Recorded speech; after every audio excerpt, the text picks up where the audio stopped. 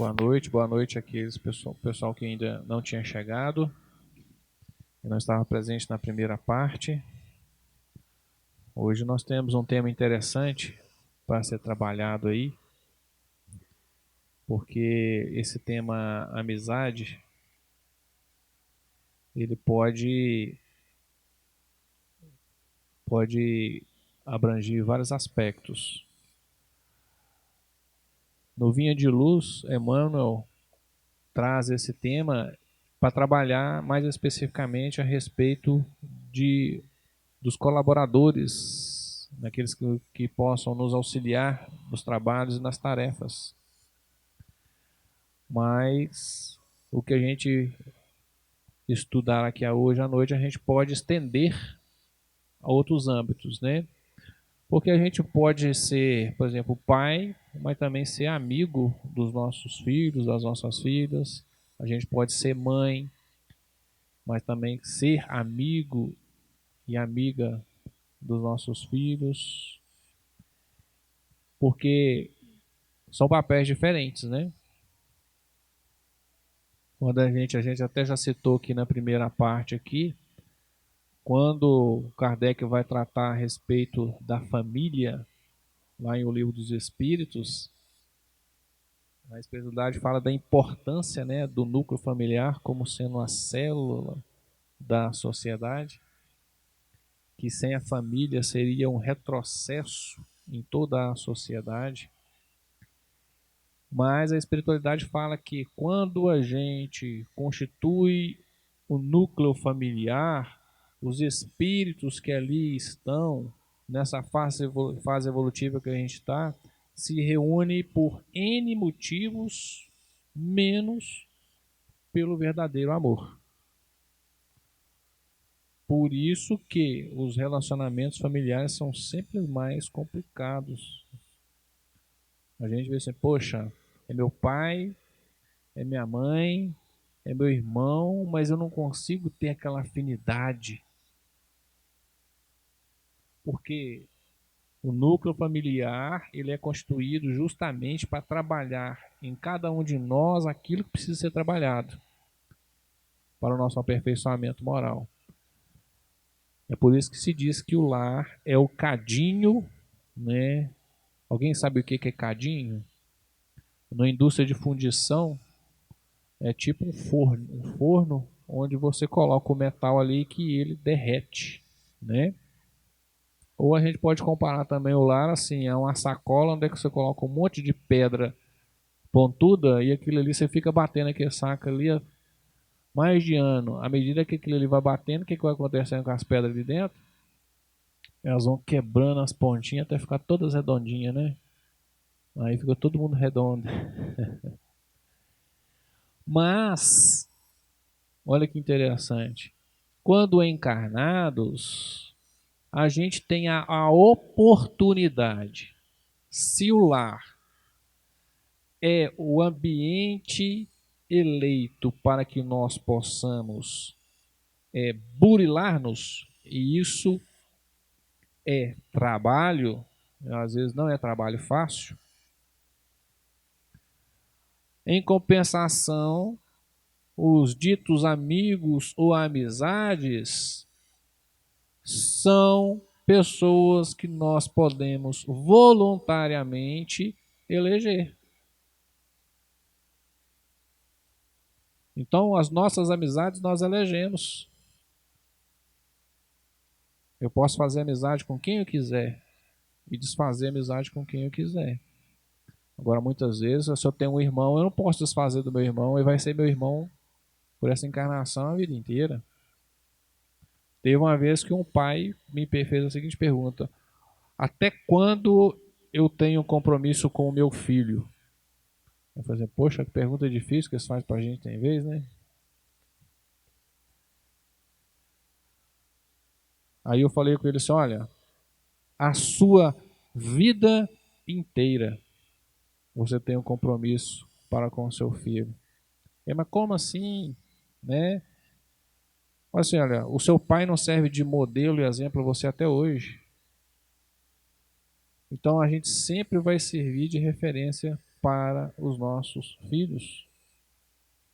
Mesmo que ele não dependa mais da gente para se sustentar, né, já seja uma pessoa altamente capacitada, mas a gente pode sempre ser para ele como referência, da forma como a gente enfrenta as dificuldades da vida, como a gente passa pelos processos, né?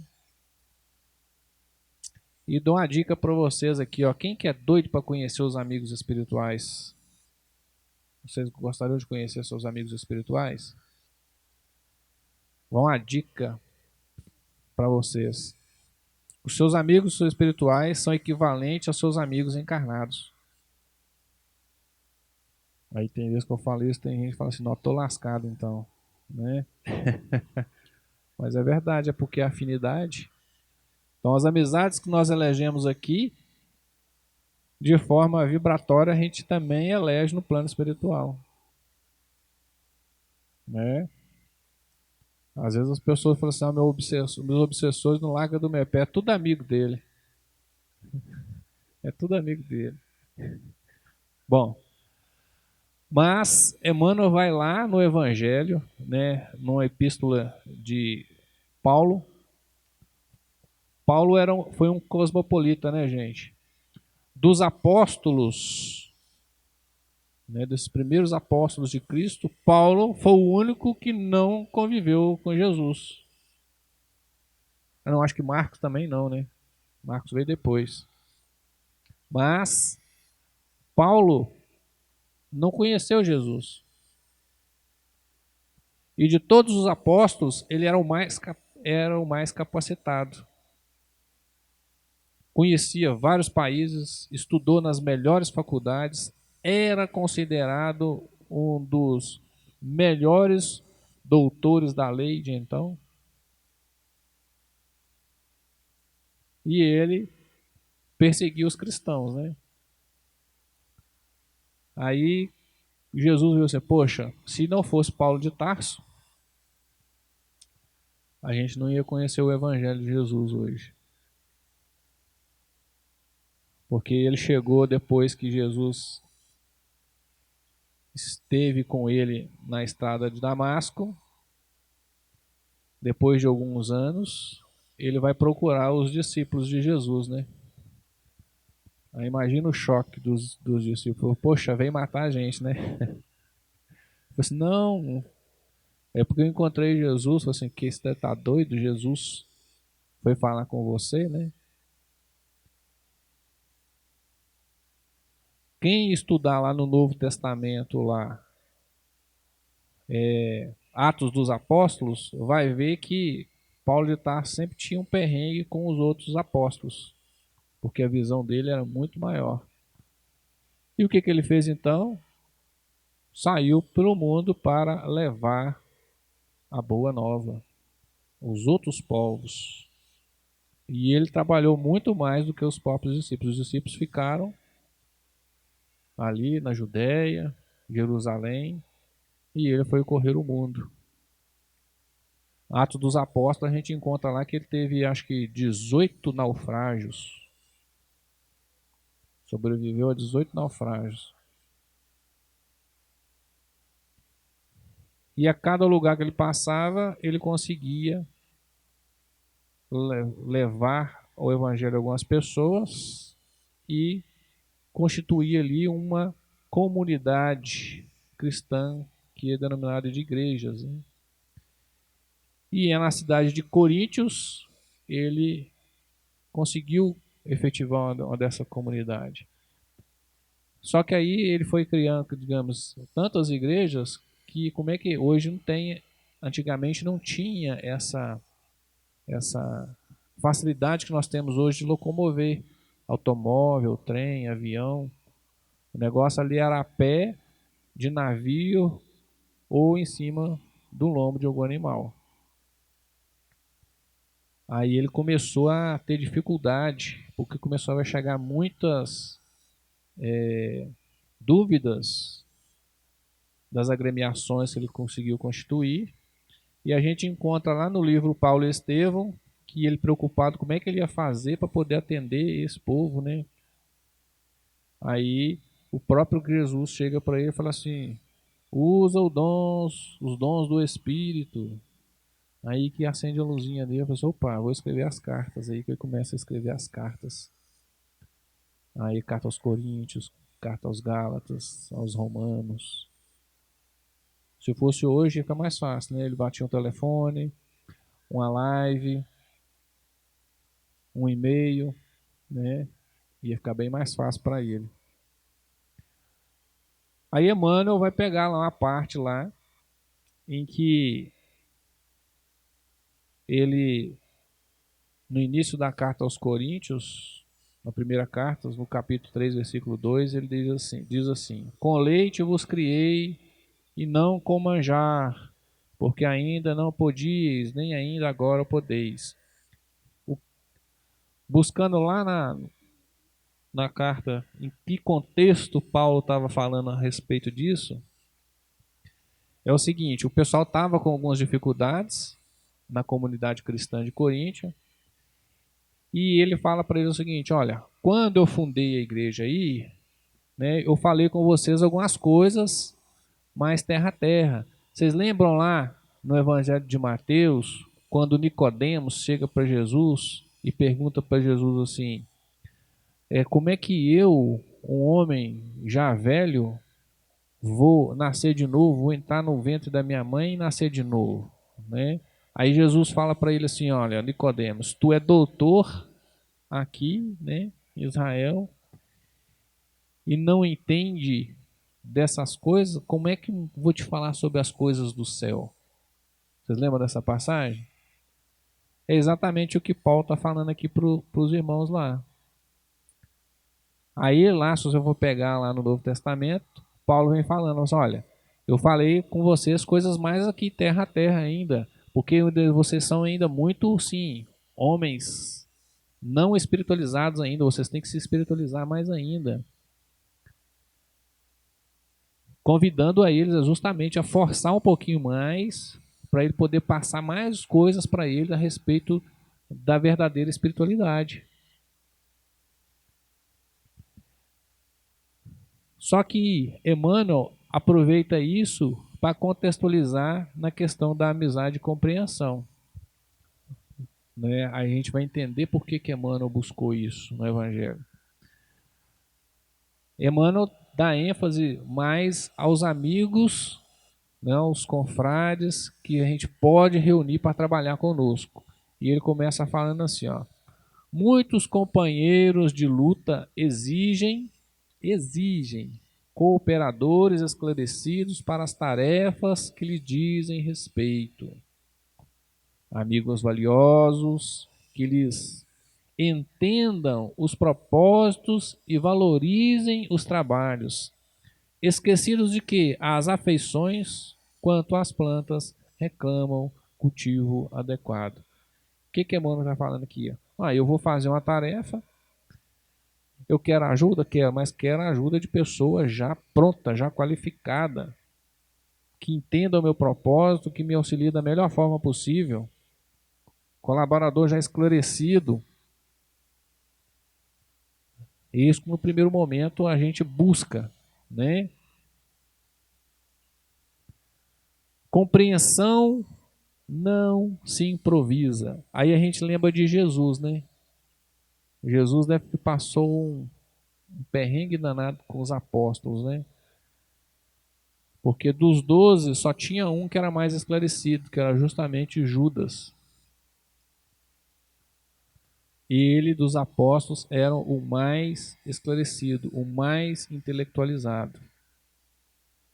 O resto ficava um pouco aquém da média. E o que Jesus fez? Exatamente o que Emmanuel vai falar aqui para nós aqui, ó. Compreensão não se improvisa. É obra de tempo, colaboração, harmonia. O próprio Cristo primeiramente semeou o ideal divino no coração dos continuadores antes de recolher o entendimento. Então, primeiro Jesus, vamos dizer assim, capacitou-os.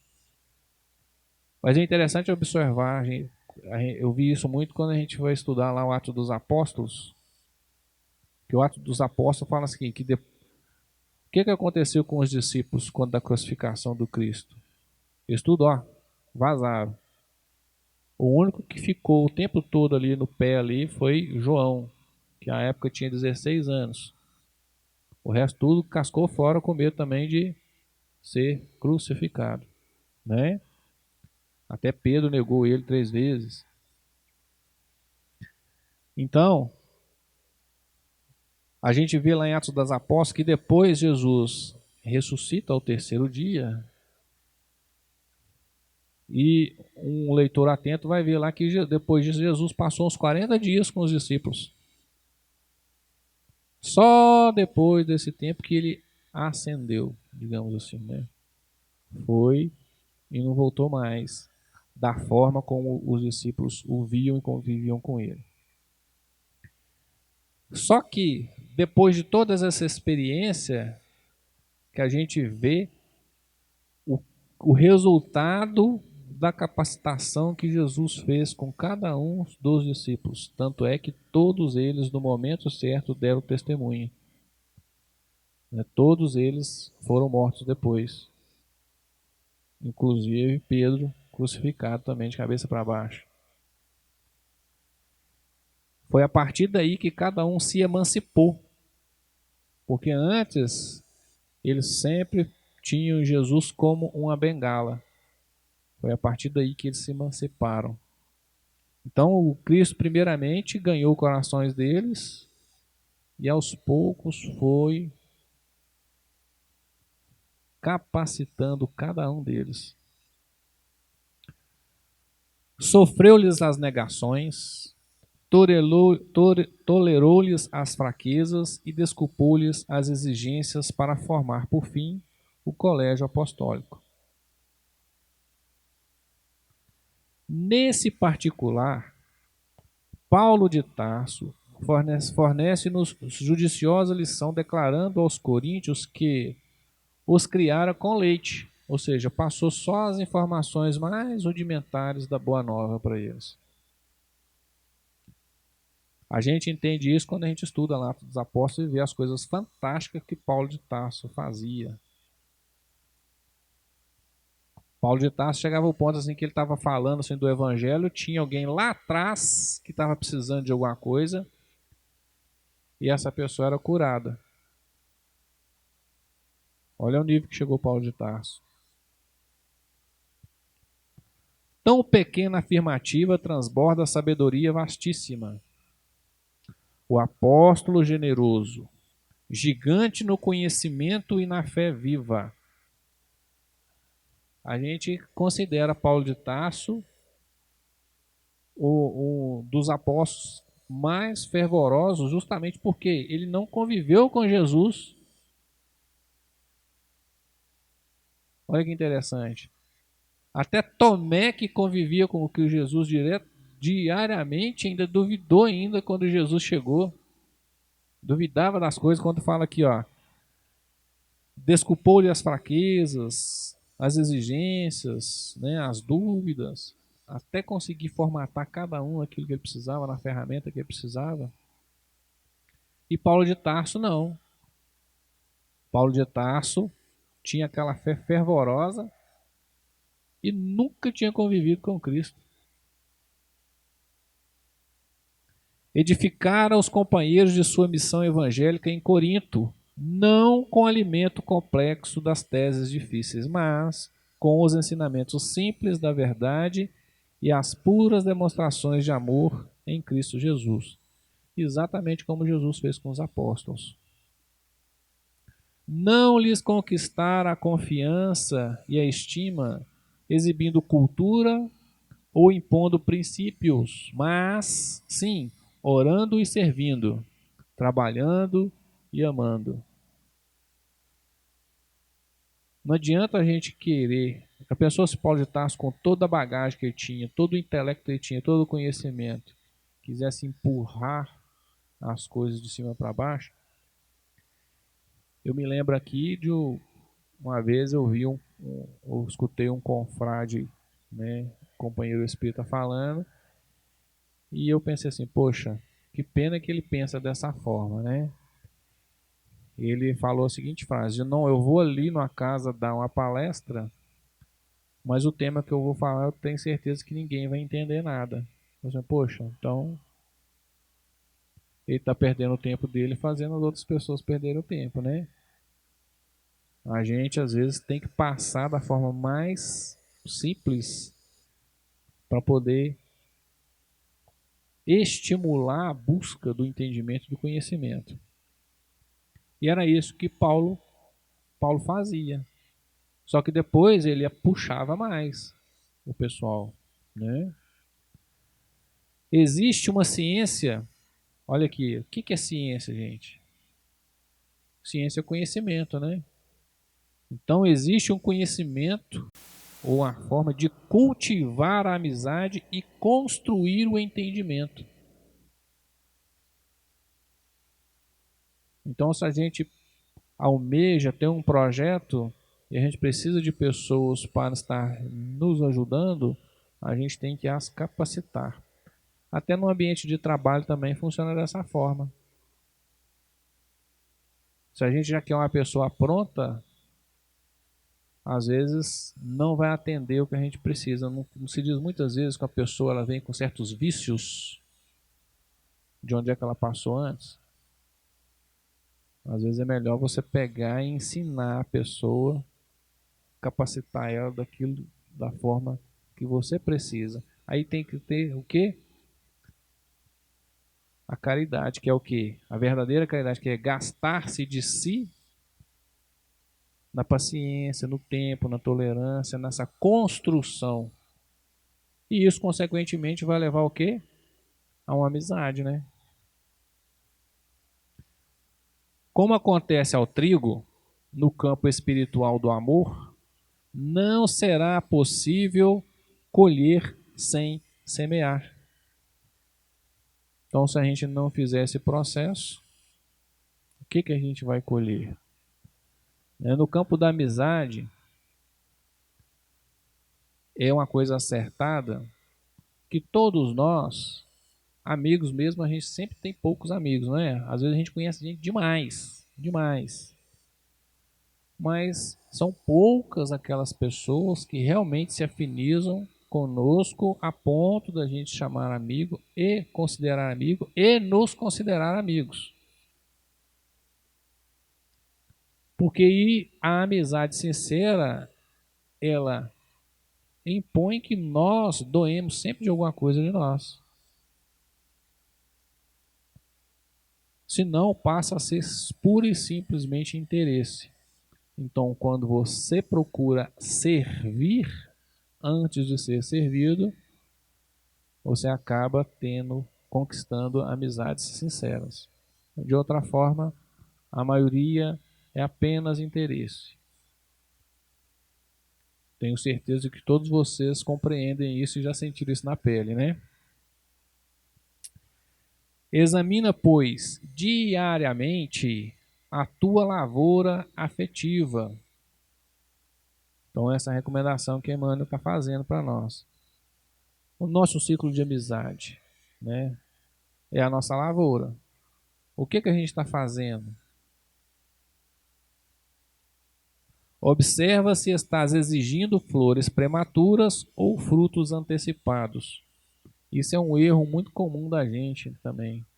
A gente esperar sempre do outro mais do que aquilo que ele possa oferecer. A gente deposita uma expectativa além do que a pessoa pode doar e nós nos decepcionamos. Não é a pessoa que decepciona a gente, mas a gente coloca a culpa na pessoa. Fulano me decepcionou. Não é eu que fiquei decepcionado com ela porque eu criei uma expectativa excessiva. Aí às vezes a gente até rompe as amizades por causa disso. Então a gente tem que tomar com esse cuidado, a gente não depositar uma expectativa excessiva na pessoa, sabendo que as pessoas são falhas. No ambiente que eu convivo, por exemplo, às vezes na casa espírita, chega uma pessoa e às vezes ela fica meio deslumbrada, né, com a gente. Nossa, Aí eu falo assim, olha, eu não sou nada disso que você está pensando, eu não sou nenhum santo não. Em algum momento eu vou te decepcionar porque eu sou imperfeito. Então não crie falsas expectativas a meu respeito. Eu sou claro com isso. Eu não sou nenhum santo. Eu estou buscando melhorar, mas se eu tivesse tudo isso que você acha que eu tenho, eu não estava aqui não. Estava em outro lugar. Então não crie falsas expectativas a meu respeito, que eu sou falho. Espero não decepcionar, mas pode ser que aconteça. Mas aí vai ser problema seu, não meu. Por que, que você criou uma expectativa falsa a meu respeito? Né? Então, isso é analisar o nosso ambiente afetivo. Observa se estás exigindo flores prematuras dos frutos antecipados. Não te esqueças da atenção, do adubo, do irrigador. Porque, gente, se você só procurar as suas amizades quando você precisar de alguma coisa, né, é complicado. Você tem que estar sempre disponível também. Tem que ser uma via de mão dupla. Mas a gente tem, ditas amizades são assim, né? Não sei vocês, mas eu tenho pessoas que só me procuram quando tá precisando de alguma coisa. É o que a gente vai ver no complemento daqui. A gente só procura a Deus quando? Quando alguém está de férias aqui na praia, aqui, quando é que lembra de Deus? Agora, quando você está passando um perrengue, está em cima da cama, está doente, você lembra de Deus toda hora, né? Coloca-te na posição da planta em jardim alheio. Essa é muito interessante. É o que Jesus fala, colocar no lugar do outro. Se eu fosse amigo, né? Se eu fosse o meu amigo, como é que eu gostaria de ser tratado?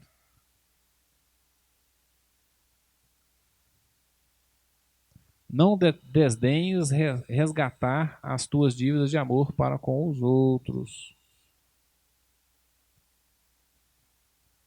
É o tal negócio. Às vezes a gente faz, entre aspas, às vezes a gente fala muito isso, né? Os pais, os amigos, falam assim, poxa, eu me sacrifiquei tanto pro fulano, ajudei tanto cicano, e a pessoa é ingrata comigo, né? O filho ingrato, a filha ingrata. A gente tem que aprender o seguinte, gente. A gente não faz nada nessa vida para o outro se a gente não quiser. Se eu fiz para o outro, foi antes porque eu ia me sentir bem fazendo aquilo ali. Então nunca eu posso esperar do outro a mínima retribuição, né? Ou o mínimo ali consideração pelo que eu fiz. Porque se você fez, é porque você queria fazer. Se você não quisesse, você não faria. Aí quando você faz um bem para o outro, esperando um muito obrigado ou uma consideração, e a pessoa não faz, você já se decepciona. Não é a pessoa que se decepcionou, não. Foi você que esperou demais. E fazer o bem não teria que ser o quê? O correto na nossa vida? Mas a gente faz esperando reconhecimento, esperando gratidão. A gente não pode fazer as coisas esperando gratidão. Se ela vier, melhor para quem a dá, não para nós que recebemos, não, porque a gente já fez a nossa parte. Imita o lavrador prudente e devotado, se desejas atingir a colheita de grandes e preciosos resultados.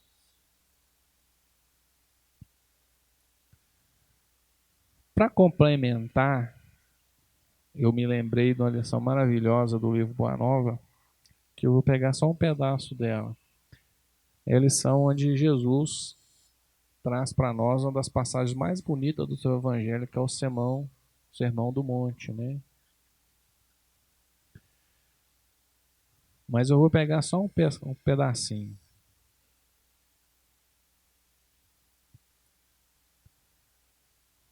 Decorridos, olha só que interessante, ver como é que vai encaixar direitinho com o que a gente está estudando hoje.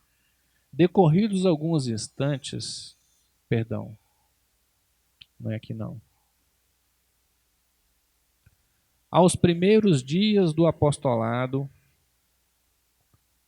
um pequeno grupo de infelizes procurou Levi na sua confortável residência. Quem era Levi, gente? Vocês lembram? Levi era um cobrador de impostos. Era como se fosse um político de hoje, né? Todo mundo tinha asco.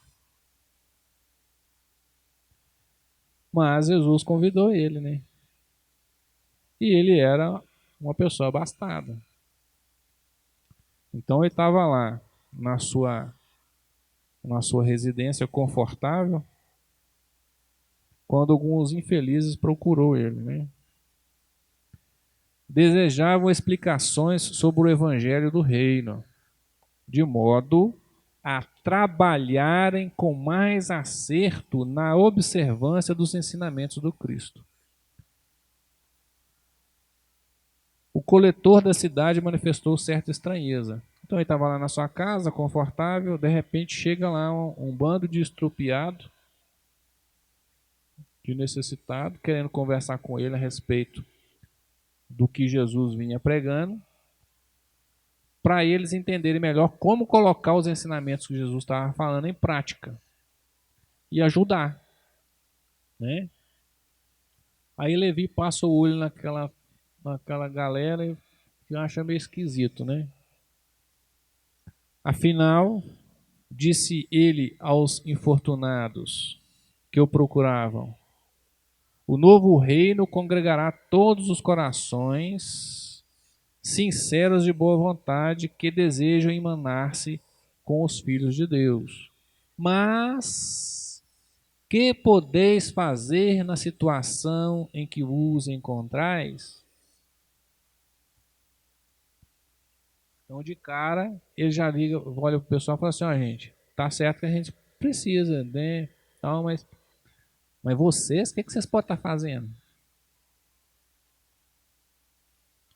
E dirigindo-se a três deles, seus conhecidos pessoais. O que é conhecido pessoal, gente?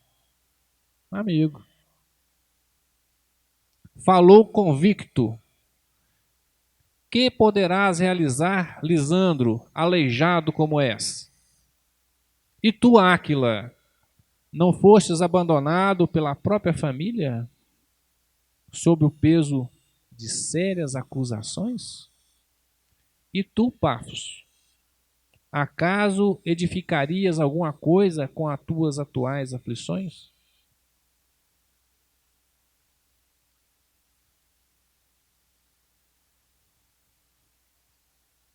Os interpelados entreolharam-se cabisbaixos, humilhados. Somente então chegavam a reconhecer as suas penosas deficiências. A palavra rude de Levi os despertara. Tomara-os uma dor sem limites. Jesus dissera, nas suas pregações carinhosas, que seu amor viera buscar todos os que se encontrassem em tristeza e em angústias do coração. Quando o Mestre chegara, haviam experimentado a restauração de todas as energias.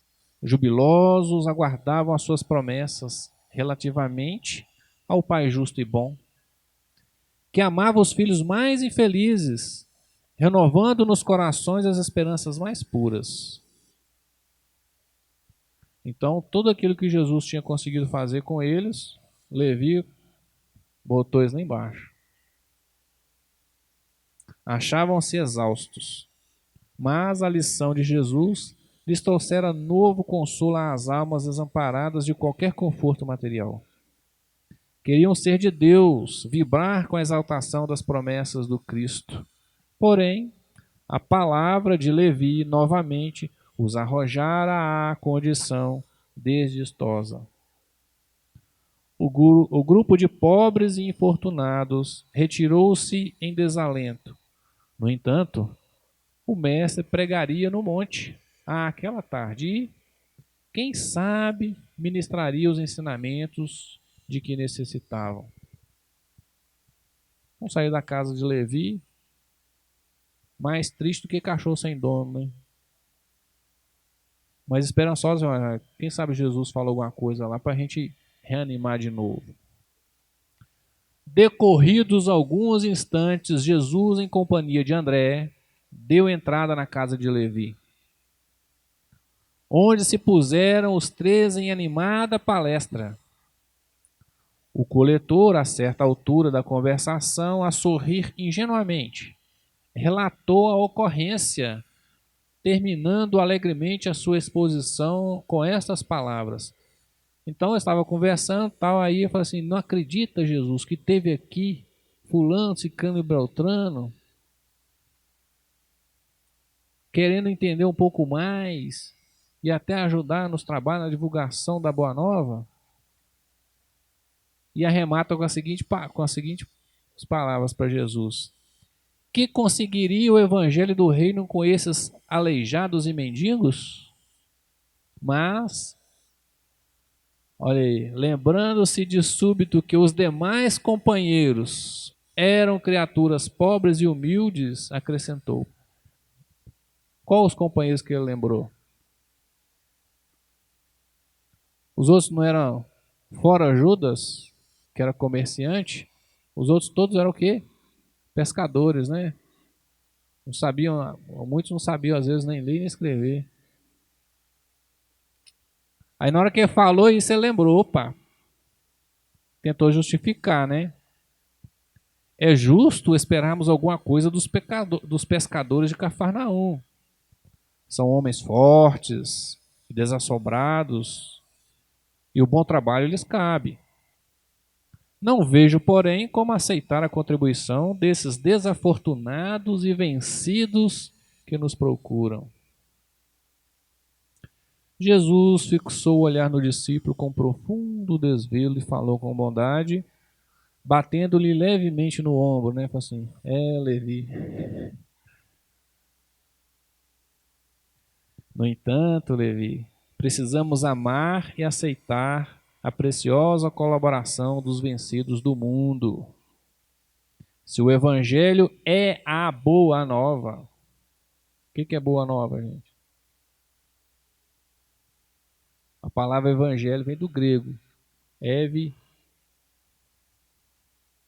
são a junção de duas palavras, que significa notícias alvicineiras, notícias boas. Daí boa nova.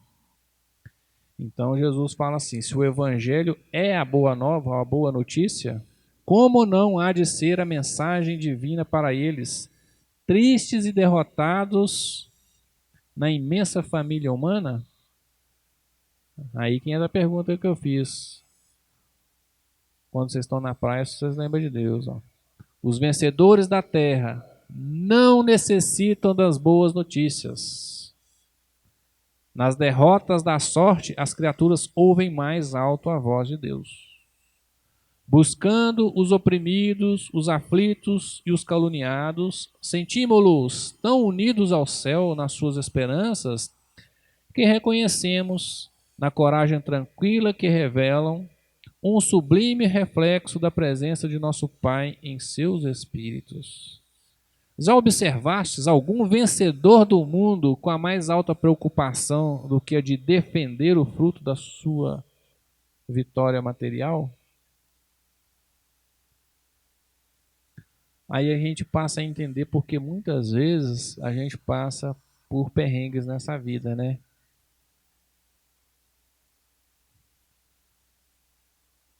Peguem aí as pessoas que sempre têm tudo do bom e do melhor que a vida material pode oferecer.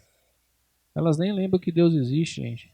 E muitas vezes vai falar que não acredita em Deus, porque elas acham que elas que são as promotoras, né, dos seus próprios recursos. Muitas se dizem até ateias. Agora, por isso que Jesus fala, é mais fácil você atingir a consciência desses irmãos que estão passando por essas dificuldades e ligar a eles a questão de Deus do que as pessoas que estão abastadas, com saúde, gozando de tudo, nem lembra. E se você for falar de Deus para ela, ela fala, você está perdendo tempo. Levi, sentindo-se comovido e aproveitando a pequena pausa que se fizera, exclamou algo desapontado: Senhor, as minhas observações partiram tão só do meu intenso desejo de apressar a supremacia do Evangelho entre os que governam no mundo. Olha onde é que Levi estava pensando. Levi estava querendo converter os doutores da lei, né, o pessoal do Sinédrio, os romanos que dominavam a época. Ele estava querendo atingir a elite lá, né?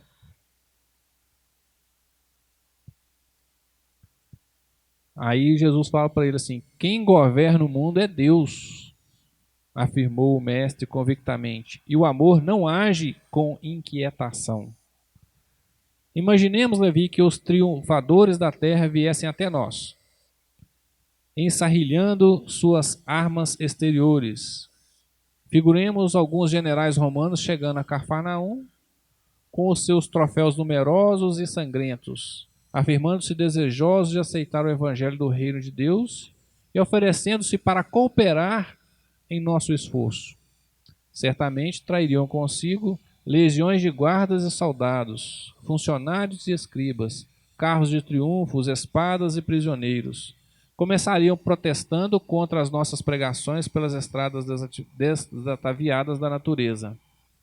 Por não estarem no íntimo, desarmados das vaidades das vitórias, edificariam suntuosos templos de pedra, em cuja construção lutariam duramente por hegemonias inferiores. Uns desejariam palácios maravilhosos, recordando a ação das espadas mortíferas, talvez pretendesse disputar a ferro e fogo o estabelecimento do reino de Deus, exterminando-se reciprocamente por não cederem uns aos outros em seus pontos de vista. Olha aqui, ó, exterminando-se. O que a gente vê aí em algumas religiões? As pessoas, assim como a gente vê aí às vezes na televisão, nos comunicados, alguns muçulmanos assassinando, degolando cristãos. A gente não vê isso? Vocês acham isso certo? É certo? Só porque é cristão? Só porque é outra religião? Mas a igreja fez isso durante séculos com eles. As ditas cruzadas, guerras santas, fazia exatamente isso. Invadia a terra deles, invadiam Jerusalém, espoliavam, matavam, em nome de quem? De Jesus. Então eles não fazem isso sem um motivo, né? Eles não fazem isso sem um motivo. É justificado? Não. Mas tem um motivo. Então a Igreja Católica fez isso durante séculos e séculos. Criaram verdadeiras fortunas em cima dessa guerra. A dita Guerra Santa. E Jesus nunca pregou isso. Nunca pregou isso. Então o Jesus que nós apresentamos para eles, até eu teria medo. Inclusive eu já tive a oportunidade de conversar com alguns desses espíritos desencarnados. E o Cristo que eles conhecem não tem nada a ver com o que a gente está falando aqui hoje. O que foi apresentado para eles é um ser terrível, né? Bom, o apóstolo ouvia assombrado em face da profundeza de sua argumentação e o mestre continuou. Até que a esponja do tempo absorva as imperfeições terrestres através dos séculos de experiências necessárias. Os triunfadores do mundo são pobres seres que caminham por entre tenebrosos abismos. A moral da história é que Jesus mostra para Levi, na ocasião, e para nós hoje, a necessidade dessa construção, de nos capacitar. Uma das coisas fantásticas que eu acho quando a gente vai estudar sobre Jesus é que Jesus, antes, gente, dele falar qualquer coisa, dele pregar, ele fazia, ele estava fazendo, ele estava dando o exemplo. É isso que ganhava força nas palavras dele. Então Jesus nunca falava uma coisa que antes ele não tivesse feito ou estava fazendo. E todas as vezes que os discípulos dele, por falta às vezes justamente da capacitação, ele esperava sempre a oportunidade para poder demonstrar na prática como é que se devia fazer. Eu aconselho aqui o estudo desse livro aqui para vocês, Boa Nova, de Humberto de Campos, fantástico nessa linha. Que muitas vezes traz para a gente a forma equivocada da gente entendermos uns aos outros. A gente tem que aprender a entender que cada um tem um ponto de vista diferente, está num ponto diferente de nós, e a gente tem que aprender a respeitar isso, né, porque a gente também se encontra. Vou dar um exemplo breve aqui para vocês aqui, ó. Vamos supor que essa mesa aqui, ó, seja uma mesa grande, muito grande, ou uma casa. Pega uma casa. Esse salão aqui. Aí a gente coloca 4 pessoas, um em cada lado dele. Aí cada uma das faces esteja pintada com uma das cores. Uma face esteja pintada com amarela, outra com azul, outra com vermelha, outra verde. Se a gente chegar para cada uma dessas pessoas separadamente e perguntar para ela, fulano, qual que é a cor da casa? Uma vai falar que é amarela, a outra vai falar, cada um vai falar da cor, ou seja, do ponto de vista que ela está falando. Aí eu pergunto, a resposta delas está certa ou errada? Hein, gente? Certo ou errado? Do ponto de vista de cada uma delas está certo. Não está? Porque ela não conhece a totalidade. O que nós temos que aprender é isso. A nossa visão da verdade, ela é limitadíssima. Então, toda vez que uma pessoa tem um ponto de vista diferente da gente, a gente tem que entender, tem que pensar dessa forma. O ponto, onde é que ela está olhando é um ponto. Por isso que fala ponto de vista, é um ponto. Eu estou em outro ponto. Para a gente poder entendermos uns aos outros, principalmente na questão da amizade e compreensão, que é o tema de hoje, a gente tem que aprender a deslocarmos dos nossos pontos, a ceder, a não colocar no lugar do outro.